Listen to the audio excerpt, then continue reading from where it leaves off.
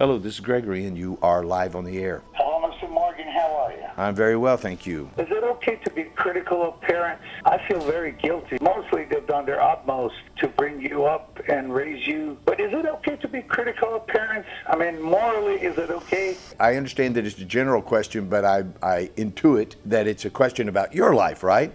Yeah. It's about my life. Yeah, right. I have the best parents anybody could ask for. And sometimes you're critical of them. I am very critical sometimes, and I Right. feel very guilty right after because I don't have kids. And I had a very unsuccessful marriage. It's crucial, actually. I think pretty much everybody is critical, whether they are outspoken about it or, just silently critical of their parents. We as human beings are designed to survive. We are a stimulus response reactivation machine. It's basically mechanical, it's biochemical. There's your more mature conscious mind that develops later on, yet there is this childlike will to power, if you will. When you were hurt, when you were young, when you did not have that critical thinking that you now have, the only thing you had is, they're wrong, they're bad, they're hurting me. This is an attempt to avoid being dominated and to dominate them. You see, you dominate them when you make them wrong. My dad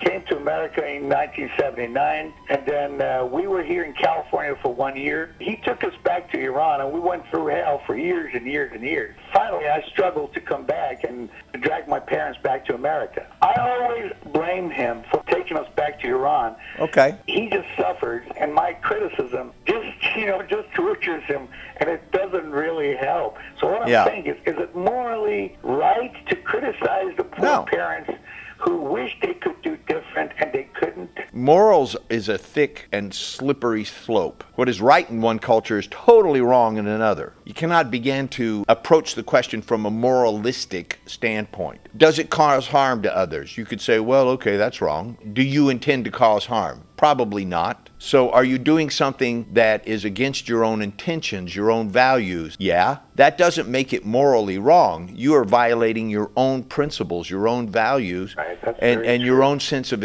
integrity. That's where the suffering comes in. Now, this suffering, because you have put it in a domain of moralistic, you now use the word guilt. Right. Guilt has to do with moralistic value. Now, if you took it out of the domain of morals and just said, does it work? Does it not work? Does it support my values and cause the conversation to move forward? Or is it detrimental, causing pain for them and for me, and so therefore is not only useless, but detrimental?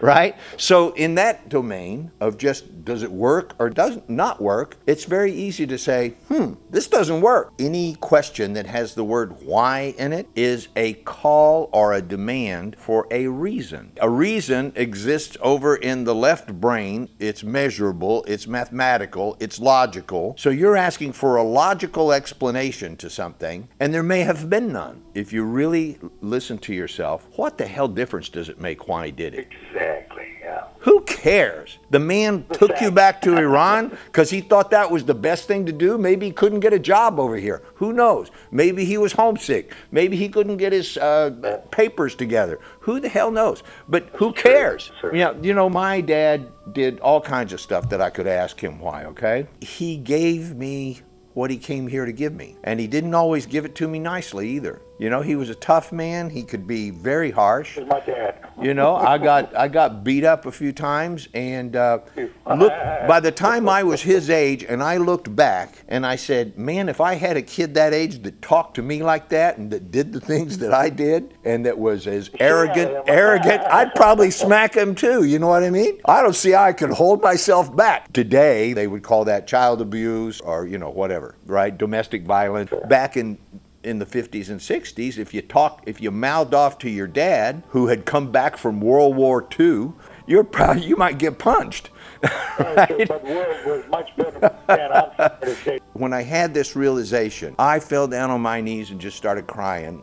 And even though my dad was not there, I sent out a prayer to him and asked him to forgive me for all of the times that I'd criticized him or made him wrong, or Thank you for that, sir. told bad stories about him, or I just asked him to forgive me. And then I realized that what there really was to do was also to forgive myself. He was doing the best he could do, and I was doing the best I could do. I already know from your age, your father and you, at least while you were very young, lived through a war with Iraq. Yes, sir. Forgive your dad, forgive yourself for criticizing him. And you enlightened know, me very much. go ask him to forgive you for criticizing him, and tell him, I know you did the best thing that you could do for me. Thank you. Yeah, you bet. Thank you for calling. Thanks for your trust. Good day. Thank you, sir.